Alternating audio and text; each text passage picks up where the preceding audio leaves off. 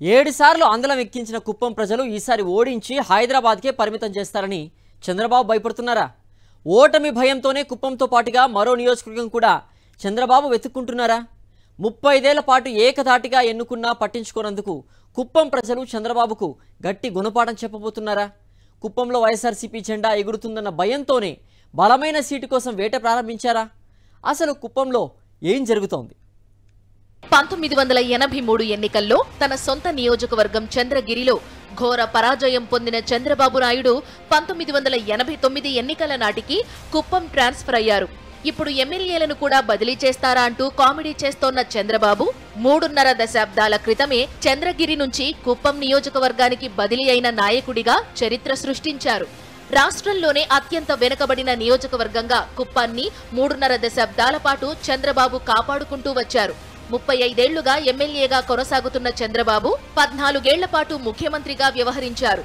అయినా కుప్పం నియోజకవర్గాన్ని ఏమాత్రం పట్టించుకోలేదు. అందుకే కుప్పం ప్రజలు ఉపాధి లేక ఉసూరుమంటూ ఉండేవారు. జగన్మోహన్ రెడ్డి అధికారంలోకి వచ్చిన తరువాత కుప్పంలో సంక్షేమ పథకాల అమలుతో దాని ముఖ చిత్రం మారింది. చంద్రబాబు నాయుడు ముఖ్యమంత్రిగా ఉన్నప్పుడు, ఆయన చేతుల్లోనే అధికారం ఉన్నప్పుడు ఆయన కుప్పానికి ఏమీ చేయలేదు. కుప్పాన్ని మున్సిపాలిటీగా అప్గ్రేడ్ చేయలేదు. రెవెన్యూ డివిజన్ గా చేసుకోలేకపోయారు. హంద్రీనీవా నీళ్లు కుప్పం వరకు తేలేకపోయారు. 2019లో జగన్మోహన్ రెడ్డి ముఖ్యమంత్రి అయిన తరువాతనే కుప్పం నియోజకవర్గం తలరాత మారిందని చెప్పాలి. ముందుగా మున్సిపాలిటీని చేశారు. ఆ వెంటనే రెవెన్యూ డివిజన్ గా ప్రకటించారు. కుప్పం కాలువలకు హంద్రీనీవా ద్వారా నీటిని అందించే బృహత్ పథకం కూడా సాకారం చేశారు జగన్మోహన్ రెడ్డి. ఫలితంగా నియోజకవర్గంలోని 44 కాలువలు జలకళతో మెరవనున్నాయి. ఇక నవరత్న పథకాలతో పాటు వివిధ సంక్షేమ పథకాలను అర్హులైన అందరికీ అందిస్తున్నారు జగన్మోహన్ రెడ్డి. ఈ మార్పు కారణంగానే కుప్పం ప్రజలు వైఎస్ఆర్ కాంగ్రెస్ వైపు మొగ్గు చూపారు. పంచాయతీ, మున్సిపాలిటీ, ఎంపీటీసీ, జెడ్పీటీసీ ఎన్నికల్లో టీడీపీని పక్కన పెట్టి వైఎస్ఆర్ కాంగ్రెస్ అభ్యర్థులను గెలిపించారు కుప్పం ప్రజలు. ఈ వరుస ఓటముల కారణంగానే చంద్రబాబు వెన్నులో చలి మొదలైంది. అంతవరకు కుప్పానికి చుట్టపు చూపుగా కూడా రాని చంద్రబాబు ఏడాదిలో 3 సార్లు కుప్పం వచ్చి 2-3 రోజులు గడిపి వెళుతున్నారు. ఇంతవరకు కుప్పంలో ఇల్లు కూడా కట్టుకోని చంద్రబాబు స్థానిక సంస్థల ఎన్నికల్లో పరాజయాల తరువాతనే నియోజకవర్గంలో ఇంటి నిర్మాణం మొదలుపెట్టారు. కేవలం ఎన్నికల్లో ఓట్ల కోసమే చంద్రబాబు ఇలా డ్రామాలు చేస్తున్నారని నియోజకవర్గ ప్రజలు భావిస్తున్నారు.